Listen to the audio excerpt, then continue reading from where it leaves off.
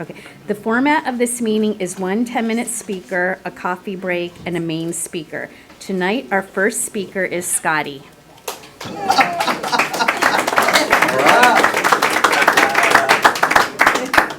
Scottie alcoholic. Scottie. Man, it's pretty amazing to think that I'm here on a Saturday night in Manhattan Beach sober, right? I mean, when I came in here, this was not my idea of a Saturday night, I can tell you that. Very honored to be here. Thank you guys for asking me to speak tonight. You know, man, for me, I have a sponsor who has a sponsor. I have a home group. I've worked the 12 steps out of the big book of Alcoholics Anonymous, right? I remain teachable as best as possible. I continue to sponsor guys and continue to show up to meetings on a regular basis. And as a result of that, I haven't had a drink since March 21st of 2004. And I owe my life to Alcoholics Anonymous. I came to that jumping off point sometime in March. To be honest with you, I don't even know if March 21st is my actual sober date because I was so out of my mind. We had to go back when I took my 90-day chip and figure out, this sounds good, let's go with this, right? But I just remember I was sitting in my little studio apartment. I knew I was going to get another one of those notices on the door. I was stealing power from my garage because it wasn't connected to my grid. The girl I was engaged to was gone. The business that I was running was bankrupt. Nobody was picking up my phone calls. And, I hit a point in my life where I truly wanted to die because I'd been in and out of Alcoholics Anonymous for almost 4 years. And I knew like it could work for you guys, but, I was special, right? And it wasn't going to work for me. And I truly, that's the lowest point that I felt in my life. And the circumstances leading up to that day with what I grew up with and what was going on with me and the girl that I was engaged to at that time, you know what I mean? Everything was getting really bad. And I'd experienced moments where my life had gotten better coming in here and cleaning up for a couple of months, right? So I knew there could be a better way, but I didn't think I could get it, right? I'll say this, I used drugs alcoholically and I'd been awake for a very long time. So there was about 3 days till I actually made it to a meeting because I had to sleep. I didn't really have a choice, I collapsed. And I came back in this time and the best thing I did was I got rid of the higher power I had, my fiance, right? And I came in here and started something new. And for me, something changed. I don't know what it is. I think I truly made a decision that I was going to hang out for a year. That was my deal. I was going to give it a year, right? Because you guys are like, give it a year, get a sponsor, work the steps, meetings every day, right? Go to the potlucks, right? Go to a couple AA dances. And I did. And I really worked the steps. I asked this guy to be my sponsor, not because I wanted to, but nobody else at this group would sponsor me. They're like, nah, dude, we know you. You got to go talk to this guy, right? And he's a good friend of me and my current sponsors. And, he was Captain AA, big book thumper, right? Brought his Al-Anon wife to the meeting sometimes. Like he was the lamest dude on the planet, right? And like it, I thought I was the coolest guy on the planet, right? So I didn't want anything to do with this guy. And this huge lame saved my life. And turned out he's actually a cooler dude than me. And I had no idea, right? Crazy how things work in here. When I was young, I came from, a long line of alcoholics and drug addicts, right? And that's just my family. And I remember watching my parents and the way they acted and thinking to myself, I'm never going to be like that, Fast forward right, before March 21st, that was what was happening in my life. But I just remember the first time I took a drink of alcohol, and it took a guy that was completely locked up in his head, right, full of fear and anxiety, and just some serious deep thinking going on, right? Looking at all you guys just feeling like I'm locked in. And it gave me the ability to be right here, right now, and present with you guys, right? And I could talk to dudes and feel like I was tough. I could talk to women and feel like I was attractive. Like, it worked, right? It worked. I'm sure you guys can relate to that. And when it quit working for me is when it stopped shutting off my head, right? And you're just sitting there and you're drunk and you're miserable and you're locked in your head. It's a terrible place to be, right? It always got me drunk, but God, there used to be this fun window, right? Like you'd start drinking and about 3 or 4 in, you start really feeling like have arrived. And then you'd have this fun window before you pissed everybody off, right? And it just went from not feeling it to pissing everybody off, right? And it wasn't fun. I caught a case, and like all alcoholics that are facing some serious charges, I turned into an alcoholic. It was like jail time or treatment. I'm an alcoholic, right? 5 minutes, thank you. So of course, right, I took the easy way out. I know there's some tough dudes out there. I'm not one of them. I'm more of a softie. I don't like going to jail, right? I see guys going into jail, and they're like, I'm home. I'm like, not me, dude. I can't wait to get out of here. I want to go smoke. I want to drink some beers. You know what I mean? But anyway, so that's how I found AA. It's crazy. The judge that sentenced me to AA, her child was killed by a drunk driver. And she took it on herself to help us instead of going scorched earth on alcoholics, right? And I was facing some serious charges for a first case.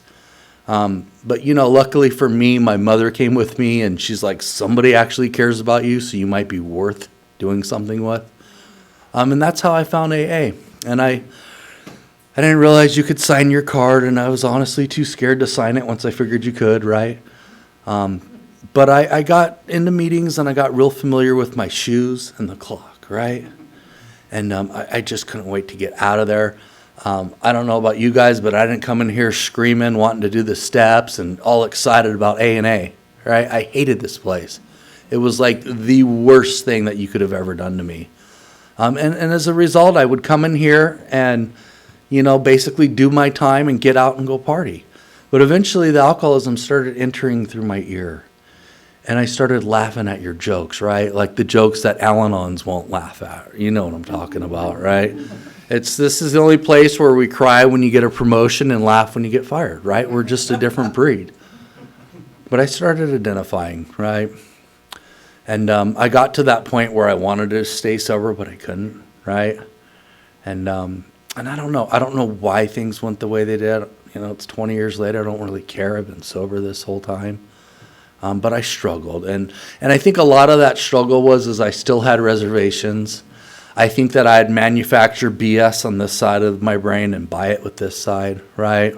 I would never tell you guys the truth of how I was really feeling. I'd just come in here and be like, bro, sober all day, loving AA, right? When I hated it. And this time around, I actually had somebody, it was within my 30 days, my first 30 days, asked me how I was doing.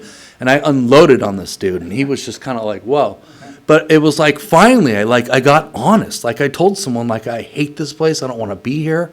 I wish I could just find a way to party with no consequences and live the rest of my life like that, right? I don't want to be here. This sucks.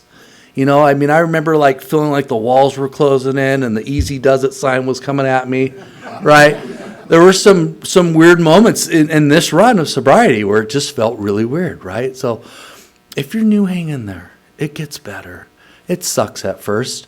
It's kind of boring, but it's mainly because you're boring. You don't know how to live sober, right? You don't know how to do things sober because you never done them sober, right? And it's also hard because you've got a lot of shame and guilt that you're dealing with, right? You owe a lot of people money, right? And there's a lot of things that you have to work through. And as you go through those steps, as you read the big book, you start getting through those things. And then as you learn to reach out to other people in this program, right? I had one dude I used to call. This dude was the world's biggest victim. All he did was whine. I could literally be doing my laundry over at my coin machines, set it down for 10 minutes, do a load, get it all, swap another load, pick it up, and he'd just be like, everybody's doing this and that. And you know what? There was nothing positive about this dude, but the dude made me not want to drink, right? It was just some noise going on in my head. It wasn't me thinking about me. It was great.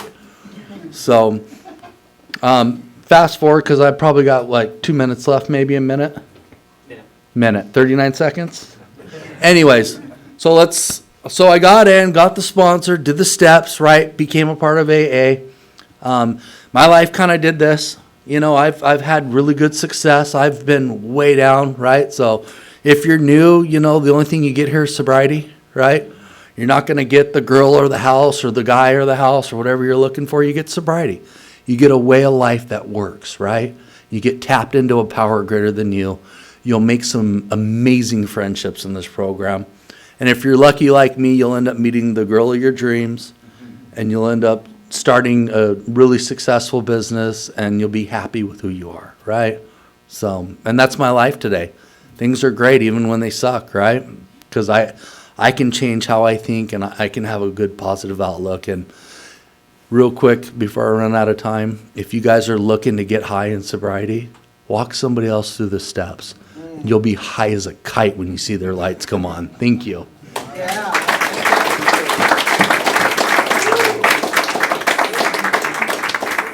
you.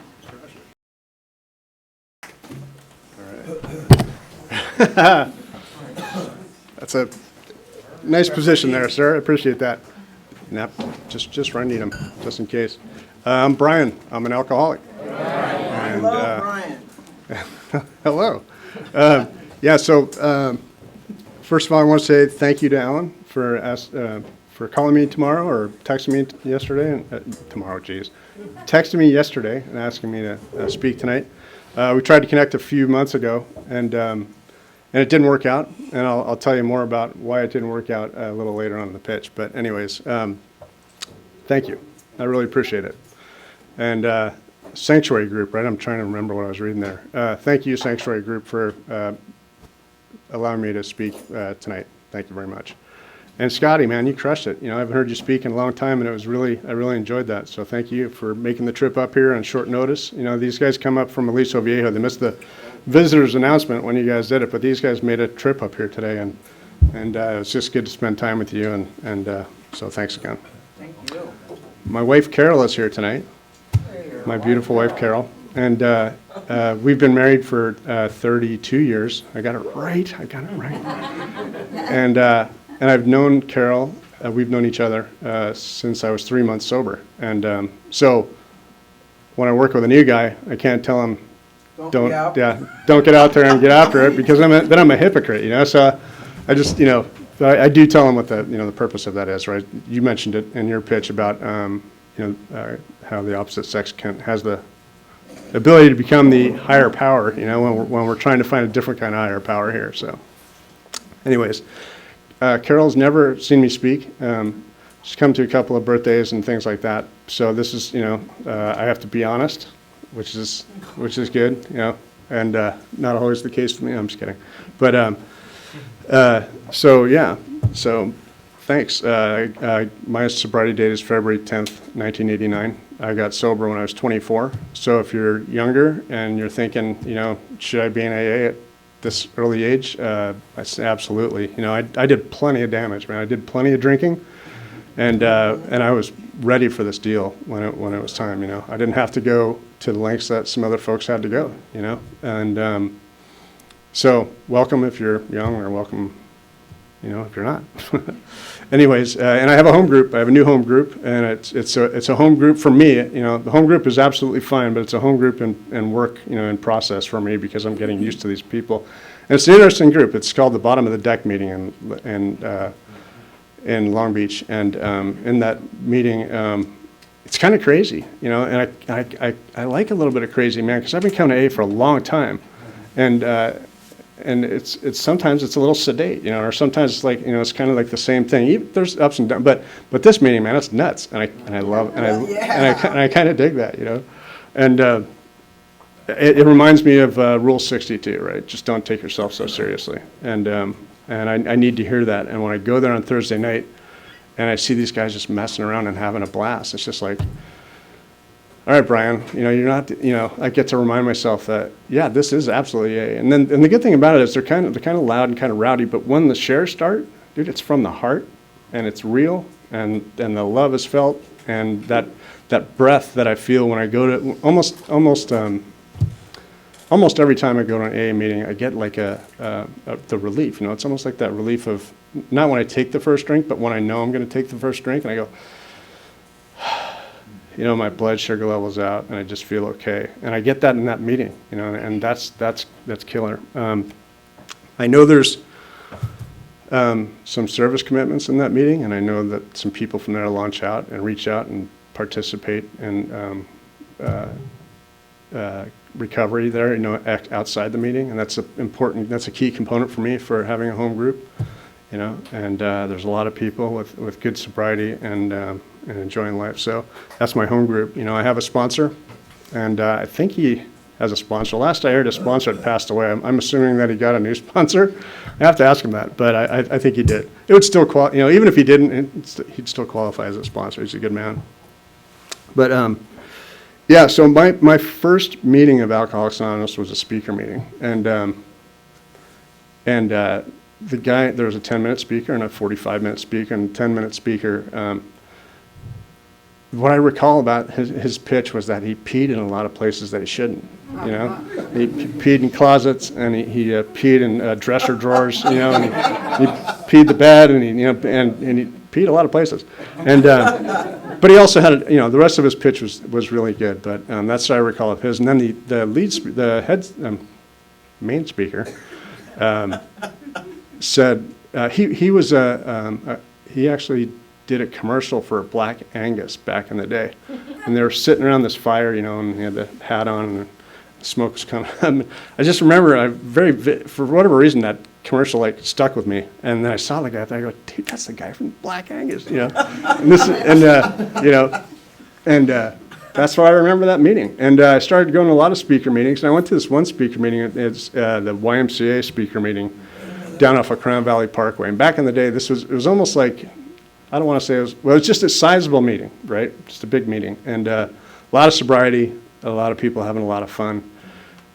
And I hated it, And the reason I hated it was because the change that takes place when we come into AA and we start taking the steps, right? Like I was going to meetings, so I had the physical sobriety down, and I was trying to, of service somewhat because I was, doing a couple of commitments and meetings, but I hadn't taken the steps. And that perception change that we talk about in AA had not occurred for me. Yeah, had not occurred yet. And I didn't have people telling me, well, no, I probably did have them telling me keep coming back, and things like what you were talking about too, Scottie. Just if you're feeling like you don't belong, just hang out long enough, take those steps and it'll change for you. And so when I went to this big speaker meeting, it felt like I was going into high school, and I hated high school. I was so afraid when I was in that place. Dude, I was afraid of my shadow. And I did everything I could to hang out with the guys that were going down underneath the bridge at lunchtime to go get loaded. And those are the guys that I fit in with. And I went to, and so I went to this meeting because my perception hasn't changed. I viewed those people in that room the exact same way that I viewed those people I despised. Even though they did nothing wrong with me, I didn't feel like I measured up, didn't feel like I fit in. I was a small fish in a big pond and I couldn't hang. And so that's kind of where that meeting was. But that changed, that meeting changed. I ended up loving that meeting, when my sobriety changed. So anyways, that's kind of my speaker meeting thing. But I'm just going to go into a bit of my history, just going to tell you my whole story here.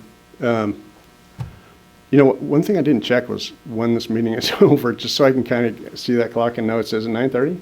9 p.m. 9 p.m., thank you. All right, okay. Math is not a strong suit, I'm working on that. But anyways, so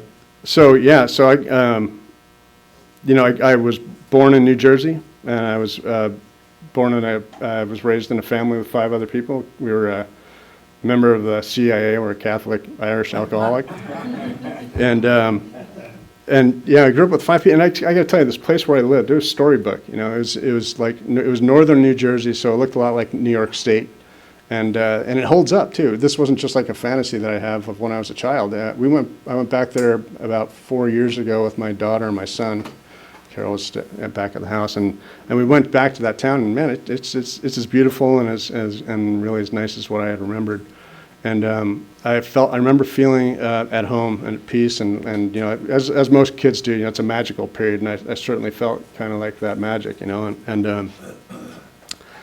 that kind of it started to change though, and I was about 7 years old, and I remember one day I was at home, and it was in the evening, and I heard this crying. It's just wailing, and like I've never heard before. It was my dad, and my dad was he locked himself in the basement, and I remember walking over to the basement and wondering, what's going on? My dad's crying. I've never heard my dad cry, and he didn't share it with me then, but I learned later that was the night that he found out that my brother was diagnosed with leukemia.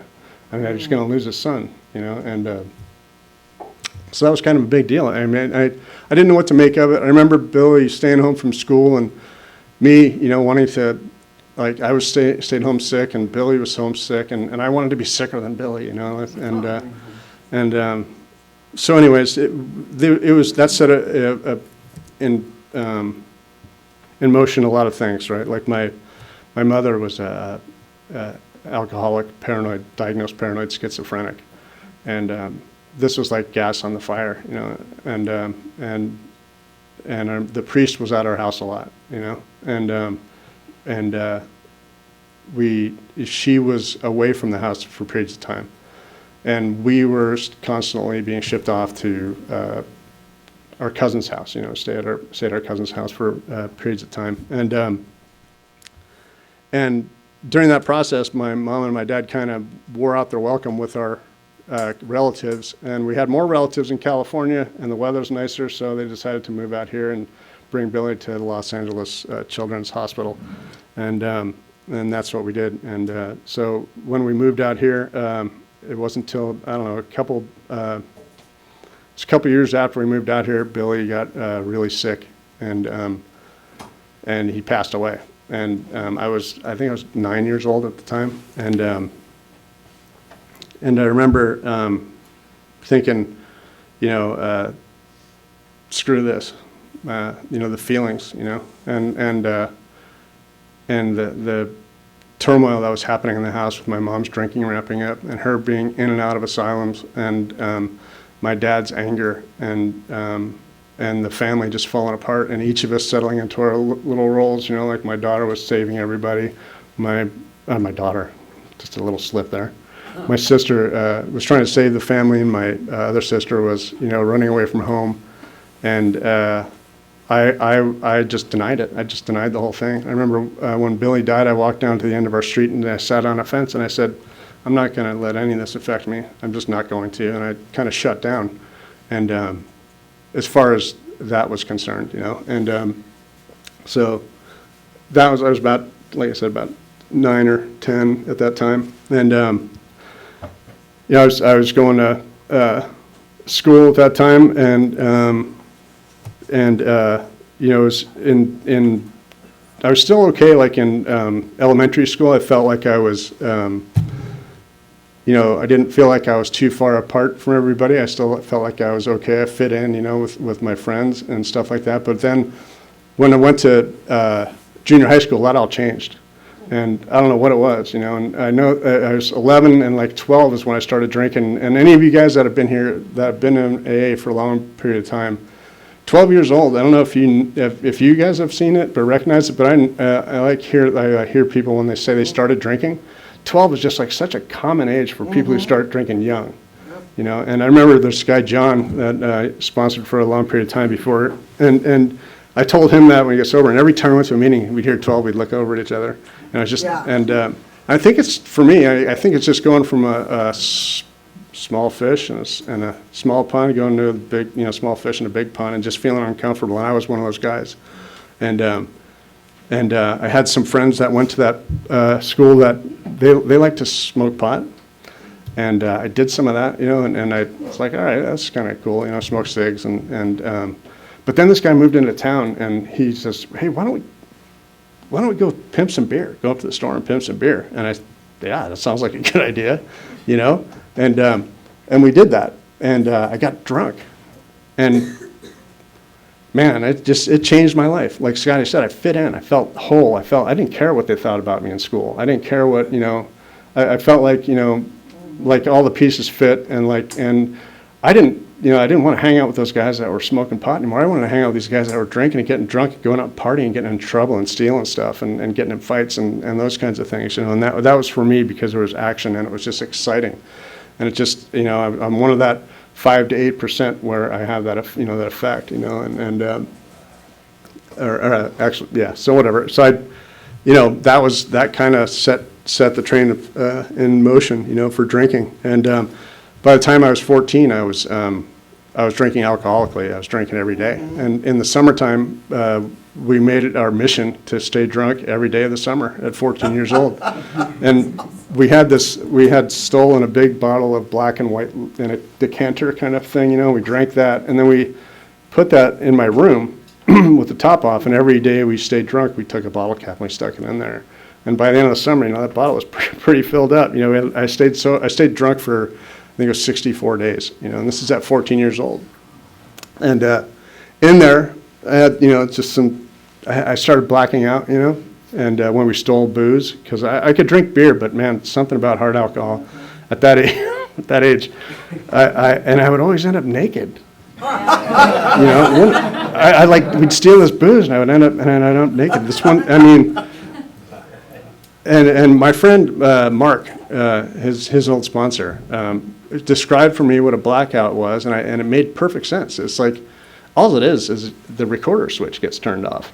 Everything else is still rolling. I'm still doing stuff, and I'm making poor decisions, saying some things I probably had no, because I wasn't recording, I didn't give a crap, I guess, what I was saying, but whatever. And on this one blackout, I ended up diving into a pool and hitting my head, and that was it. I was out, but I was awake. And I think that's where the clothes went away. And I left the pool, and I ended up going into another house that wasn't the house that we came to when we got there. It was somebody else's house, but I got into the house, and I was puking off of their balcony when my friends found me, and they brought me back to the house, made me a bacon, lettuce, and tomato sandwich. I took it, I threw it against the wall. They brought me home with their dog. I took their dog, and I threw it out the window in an intersection. The dog was okay. We were stopped. But I was chasing the dog around this intersection, got home, and usually those naked blackouts ended up with me wrestling my father, and that's kind of what happened. So that was just one of those, and that was at 14 years old now, and I couldn't wait to drink, every day. I could get through the day at school, I would go to school, and I could handle the people that were there. Like these people that I despised, the people that didn't fit in, the people that scared me, and that's why I hated them. They scared the shit out of me because they were happy. They were clean. They brushed their hair. They knew what it was to brush their, I was in high school, and I not only did I not want to be there in my head, but I think I physically was a manifestation of that as well, because I had this long greasy hair that got washed at least once a week. And, I would wear Pendletons, and this was like a whole, what do you call it, prep, like a preppy school, everybody wore Dockers and topsiders and Eyes on Lacoste alligator shirts, and I was just, and I had zits, I had just these huge zits, and I was greasy, and I had contacts because I didn't want you to see that I wore glasses, but I lost my contacts, so I only had one. And then and then I lost that one. And I was walking around the school blind. So you could have been right there and smiling at me, and I would have been like this, because I couldn't tell what the hell you were doing. And so that was kind of my high school years. I'm not a dumb person, I don't think, but I could learn. I did okay in school. Like I could test well, and so I got through school. I didn't learn much about study habits. I didn't learn much about responsibility. I didn't learn much about punctuality or respect, or just a lot of these principles that I think that they're trying to get across. And I had this idea. Even though this is how I presented myself to you, and I was afraid. In the back of my head, I had that head that said, what, Brian, one of these days you're going to rise above this, and you're going to put your plan to action, and things will be fine, and I had like this vision of, And I had no idea, no plan of how it was going to happen, but this vision that I was going to have a family, and that I was going to have this car and a house, and and this is what I was going to be, and this was going to happen, but no idea of how I was going to do it, and I always carried that with me, and I don't know why, but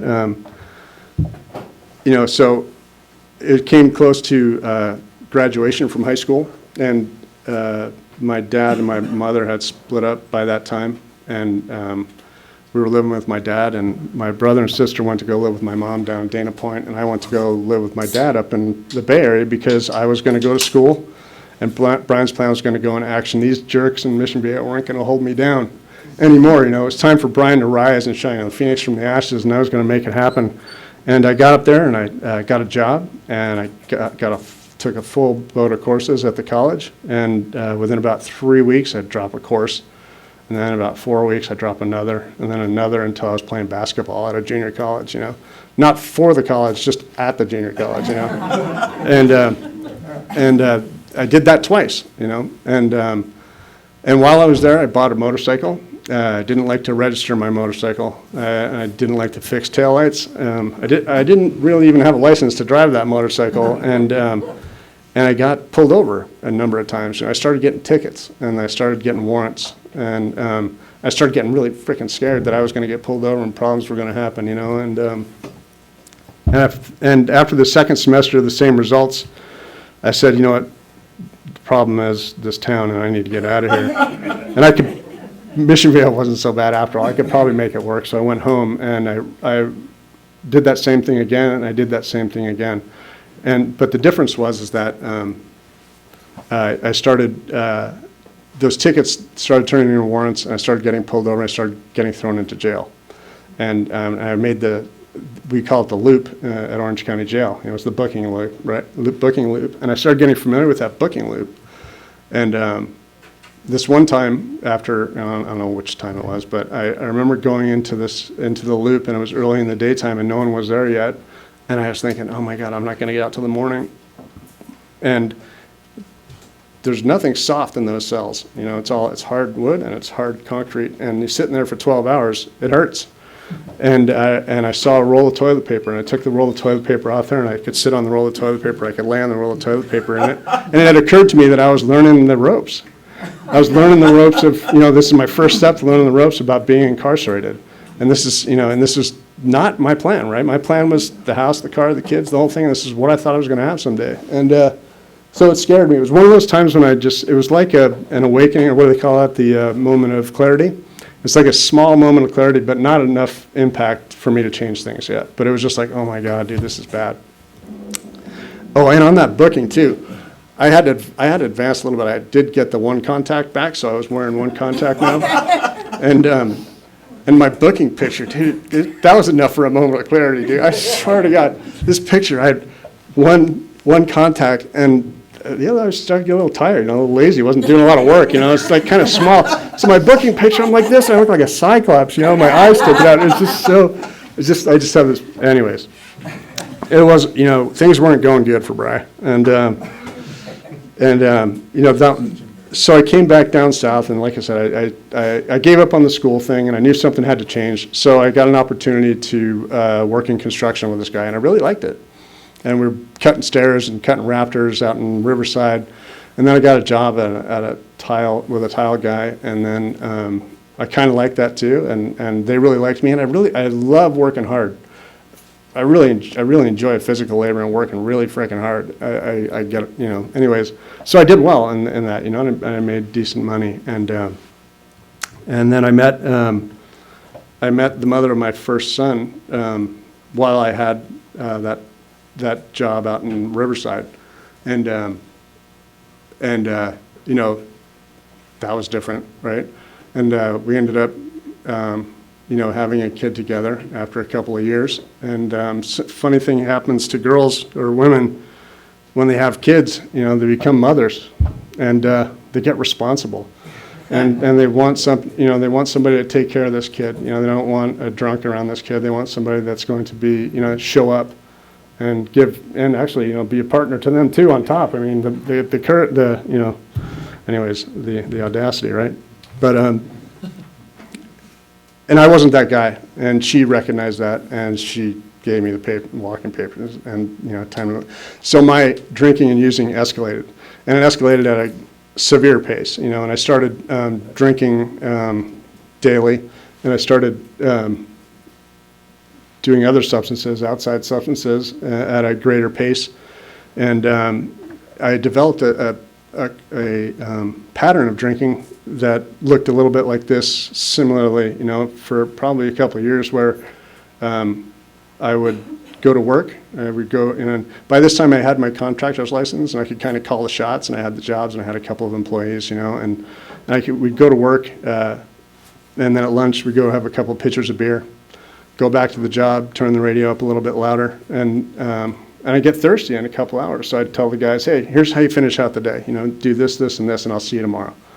And then I'd go home and I'd take a shower, go down to the local bar, and I'd have 7 to 10 drinks, just enough for me to pick up the phone and call this guy and give him every penny in my pocket, so I could stay up that night and maybe another night, you know. And didn't matter that I had child support, that I was behind on taxes, that they were going to repossess my truck, that I was going to get kicked out of my apartment. All that didn't matter, you know. I had one thing in mind, and it was to get high and to get drunk, and that was it. And I had that pattern. And then after that night, I would wake up remorseful. I'd swear that I would never do it again, and this time I meant it. You know, I was going to pick myself up by my bootstraps. I was going to get strong. I was going to, you know, I'd make a phone call, and I'd pay a couple bills, you know, apologize to my customer, and try to get the wheels back on this cart, you know, because Brian, you're not weak, you can do it, you know, one more time, and and that was kind of the cycle, you know, and that cycle went on for a couple of years, and again, that going to jail started going. I ended up doing weekends at music down. Yeah, you guys, music means something in Orange County here. It doesn't. It's just a camp, right, where they send people for weekends or send people for a time, and so I started doing weekends, and then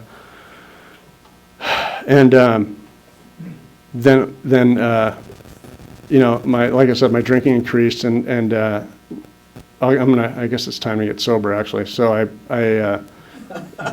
you know, so after one of those bouts of drinking, I went to the job, right, and making that phone call again. I'm staying up a couple days and going to work, and I showed up for work, and there's this guy on the job, this guy KC, and I've known him since I was a kid, and he was there standing on the job, and he's got the mixer, and he's shoveling, standing to the mixer, smiling, and he's whistling, you know, and he's got fresh skin, bright eyes, his hair's cut, his truck's clean, and he's happy, you know. And this guy a year ago, dude, I would not trust this guy, you know, with anything. You know, he'd rip you off, he'd kick your ass, steal your girlfriend, you know. This guy was but now here's this guy, you know, and he was sober a year. And I get out of my truck, and I'm in that condition that I'm in, and he says, hey, Brian, what's going on, buddy? And I'm like, nothing, man. He goes, hey, aren't those the same clothes you had on yesterday? And I'm like, yeah, man, they are, you know. And he pulled my covers, you know, and I don't know if he knew that he was doing that, but he did. And it hit, you know. I was like, man, you know, everything, you know, all the circumstances that I created in my life had become unbearable. I could no longer live the way I was living. I wasn't happy anymore, you know, and I couldn't find it. You know, I couldn't pull the bootstraps up, straighten it. Nothing was going to change, and he showed me that. And he was living proof that he could change. You know, he was right there in front of me, that this thing works. And he invited me to a meeting of Alcoholics Anonymous, and I went to a meeting that night, and that was February 10th, 1989. And I've been sober ever since. And that's because of Alcoholics Anonymous. That's because of the 12 steps, because of rooms like this, people like Alan, people like all you guys that I talked to before the meeting, and my wife. And you know, so for that I'll be forever grateful, you know. And I stayed sober for about 10 months. And in that 10-month time period, I went to that speaker meeting I tell you about that I didn't quite fit into.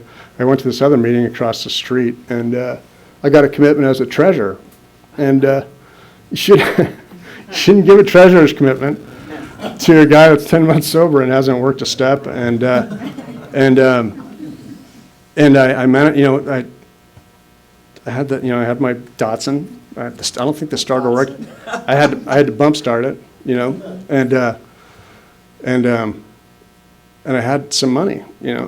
No, I had the truck by that time, didn't I? I had my truck by that time.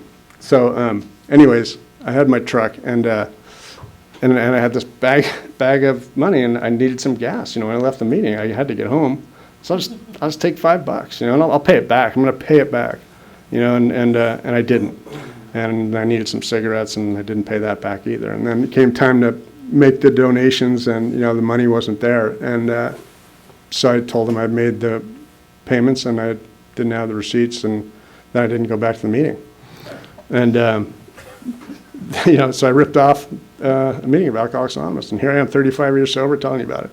And you know, so you know, I'm not a perfect example of sobriety, but I, you know, that's just part of my story, you know, and it's a good part of my story because I learned probably more than that, I guess more from that.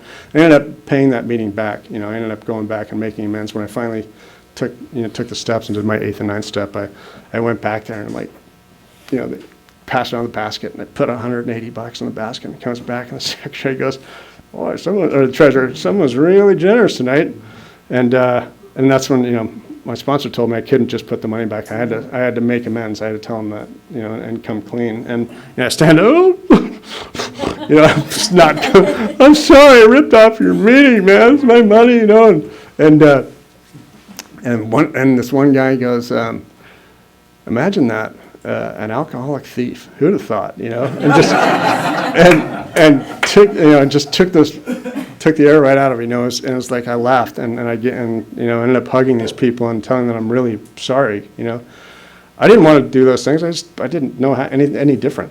I just know any different, and I could rationalize anything. You know, I could rationalize the $5 for gas and that it was okay. Anyways, so I was about 10 months sober, and you know, I wasn't sure how this thing worked, and I asked that same guy, Casey, "Hey, do you have a sponsor?" He goes, "Yeah, I got a sponsor." He goes, I go, "Where did you find him?" He goes, "Well, I found mine up at Charlie Street. Why don't we go to Charlie Street?" And Charlie Street wasn't too far from where Carol was living. She was living in Newport, and it was perfect geographically, right? Because I could go to Carol's, and I could go to Charlie Street, then I could go to Carol's, and then go home. You know, it's like, so it was like this thing, and it was meant to be, and.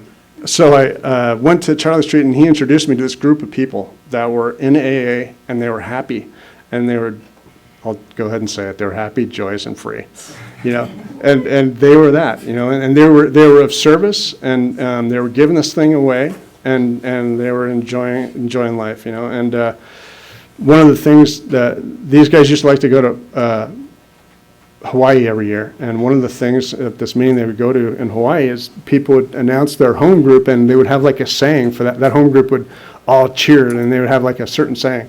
And these guys, they attempted to bring this back to the United States, to the state, you know, stateside. Didn't work very well, and we pissed off a lot of meetings. You know, because we'd go into this meeting and say, "My name is Brian. My home group is a Friday night love one another group," and all these men would say, "Right on," and everybody looked like, oh, cult boys, you know, and they were there, you know, here's the cult in our meeting, you know, and it was a little cultish, but, you know, but these guys, like I said, they were happy in sobriety, and I picked a sponsor out of that meeting, and he walked me through the steps, you know, and he showed me how to be a father. He showed me, you know, like I said, walked me through the steps, and I had that change of perception, you know, and you know, I'll be forever grateful for that meeting. You know, we did some other, this was early 80s. I don't know how many of you guys were around in the early 80s, but, or no, I'm sorry, early 90s of sobriety, excuse me. Yep. And there's like this new, I don't know, not new wave, but new, I don't know what they call it, new, I forgot the terminology for it, but it was kind of hip to be sober. It was like there's a lot of people, like an influx, and we're doing things like, other things besides just AA. We're doing inner child work. That was it. New age. It was new age sobriety. That's what it was. It was new age. Now they have California sobriety. We had new age sobriety. You know, and so we were doing this. You know, we'd go to these retreats, and I never banged on drums in the woods. You know, but I did do some group meditations. I did. You know, I did write with my left hand for a month. I used to go back to Carol's house and, you know, I'd do inventory and she's like, you know, I'm reading 15 minutes every night, or writing 15 minutes every night. I'm writing with my left hand, doing just all these wacky things. But, you know, what I will say is that I did a very thorough inventory, you know, and I think that's a key to my longevity for sobriety, you know, because I really got in there. But after about 3 years of this stuff, you know, or 2.5 years, something like that, it got to be to where, you know, it's time to stop scratching the wound and time to start, you know, letting that heal and just be a member amongst alcoholics as a whole and not just a member of this little group, you know, and that was a big change for me, you know. And it took a little while, and I remember telling my sponsor that I was going to leave, and he, like, you know, he was having none of it. He took his chair and threw it in his car and slammed the door and took off, you know. And I talk to him now, but and he ended up eventually leaving that group too. And it was good for him. He stayed sober. You know, it's good for me, but it ran its course, and I had to become comfortable in my skin without this group of people behind me. I had to be just me amongst everybody, you know. And so that was that, you know. And still got 14 minutes left. Is that right? So, you know, I have a lot more recovery stories that I could tell you, and a lot more about change, and a lot more about, you know, how much I love this program and what it's done for me and my family. But at this point, I just, you know, I alluded to earlier about, you know, about 2 months ago, Alan had called me and asked me if I wanted to speak, and I said, no, you know, thanks for the call, Alan. I appreciate it, but I don't think I want to do that, you know. And I haven't spoken. I haven't done any H&I work for about 3 years, 6 months, and 2 weeks. And that's an accurate date to the day. And and you know, in our book on page 567, it talks about spiritual experience, and it talks about having a, you know, change in perception. You know, having my reaction to life changing, and I had another spiritual experience in my life that changed my reaction to life, and it changed my perception.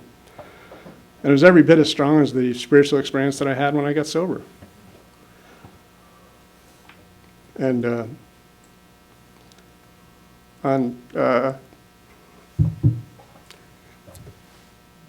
this is the first time I've talked about it publicly from a,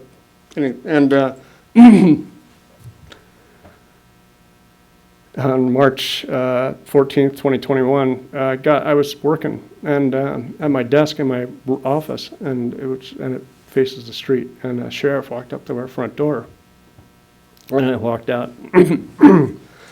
Said, "What's going on, sir?" You know, and he goes, "Well, I need you to call the sheriff in Florida." And I thought, all right, well, at least he didn't like give me the ultimate news, right? He just told me to call the sheriff in Florida. And I remember saying, nothing good happens in Florida, you know. And I went and I made the call to the sheriff, and from that day forward, my life and our life has been forever changed, you know. And my son and 2 of his friends were traveling in Florida in a van, and a guy got on the freeway going in the opposite direction, 4 times the legal limit of booze, and hit him head on at 70 miles an hour, and all 4 of them died.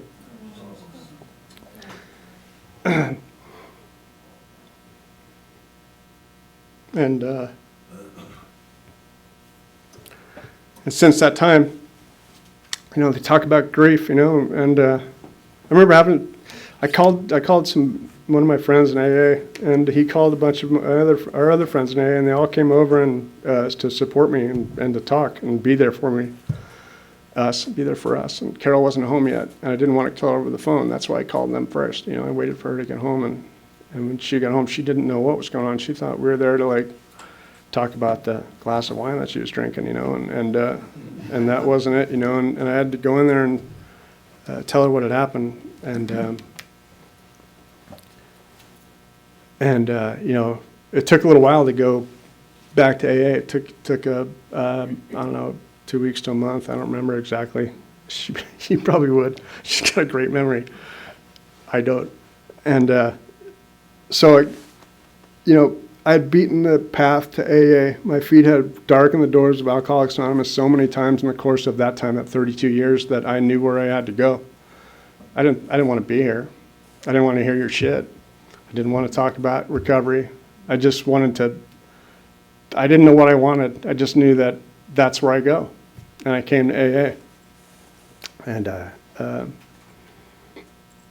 And some of my friends that I hadn't known to the depth that I know now, stepped up and were there for me, and every step of the way, and saved my life. That's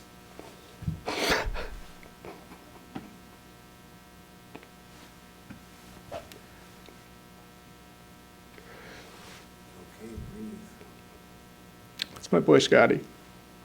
Saved my ass. And so here I am, and the reason why I didn't want to come and speak at this meeting is because I felt like I was a hypocrite, because my relationship with God has changed. And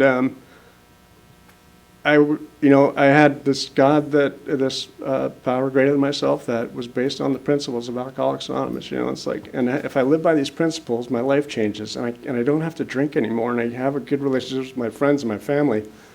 And I wasn't resentful at that God. I was resentful at this God of this childhood that I had, or this one that I've heard elsewhere. And I wasn't resentful at this higher power, but I was resentful at this God that I hear that, he's in a better place, or everything happens for a reason, or, all this bull crap that I just don't buy.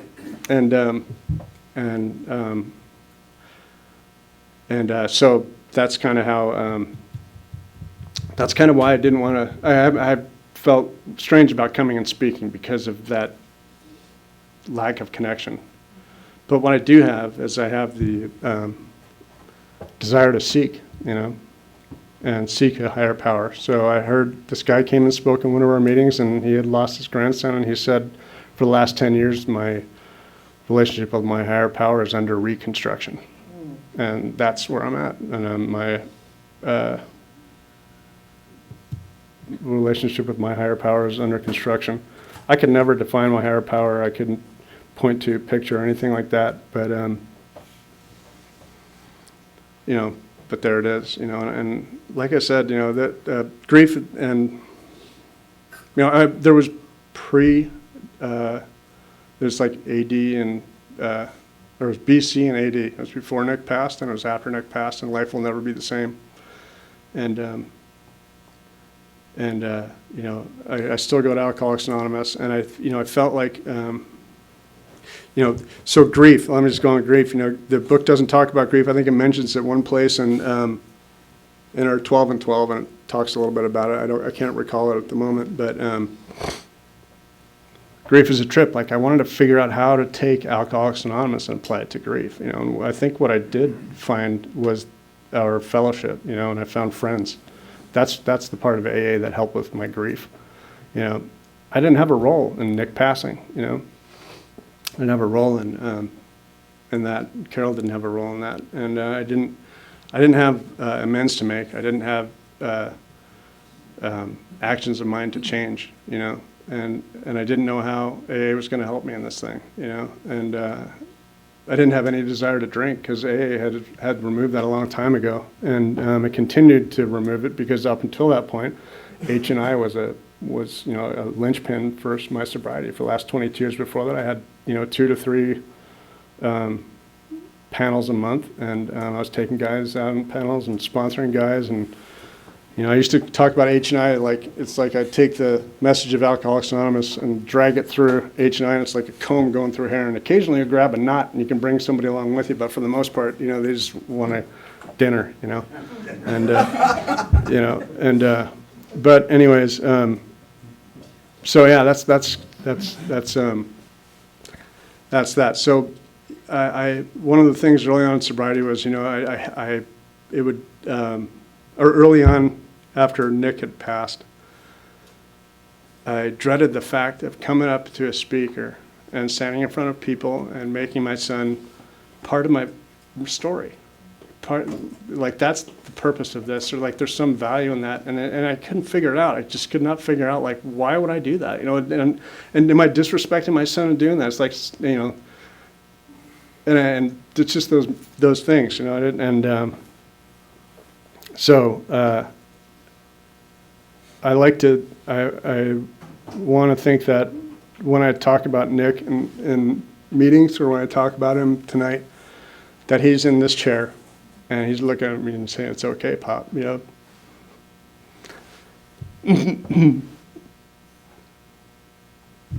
that anything that I say has his approval. And if it's anything less than that, then it's just not going to fly. Nick was a beautiful kid. He was artistic. He hated Orange County. He hated living behind the orange curtain. He hated the hypocrisy of the people that he saw in our neighborhood, in his view. I'm not calling them hypocrites. He did. He hated that every house looked the same. He hated that. He hated that we had yards, because yards were something that the Scottish people of aristocracy came up with years ago to show their, whatever. And he had a reason behind it. Let me tell you, he could tell you all about it, and he left home and he moved back to Brooklyn and he found his people.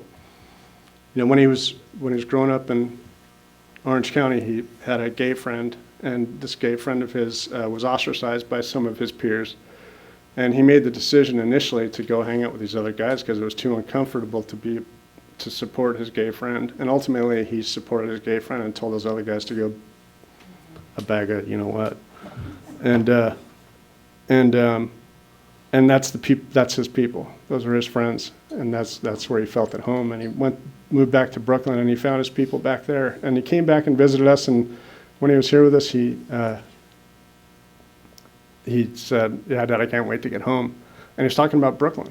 And he wasn't talking about here. And I thought that was great because, that's what you want for your kids. You want them to thrive. You want them to feel at home. You want them to feel comfortable. And he did.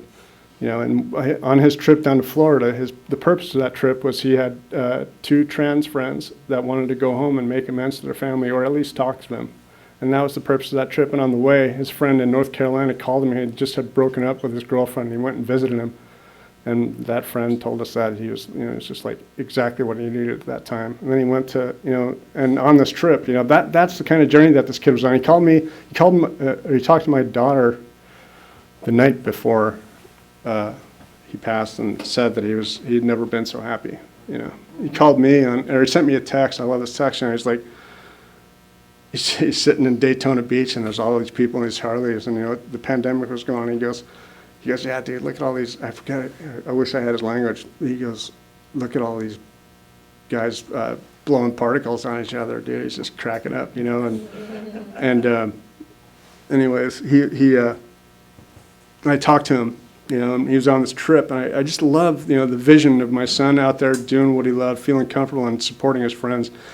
And I said, "Go for it, bro. You're living the dream right now. Just go for it." And he goes, "Thanks, Pop. I'll talk to you later." And that was the last time I talked to him. But that's why I didn't come here. And Alan, you gave me the opportunity to share this tonight, and I really appreciate that. Yeah, thank you. And I almost wish that I don't know. It's half the story, right? My wife is right there, that's the other half of the story. Thanks for being here tonight.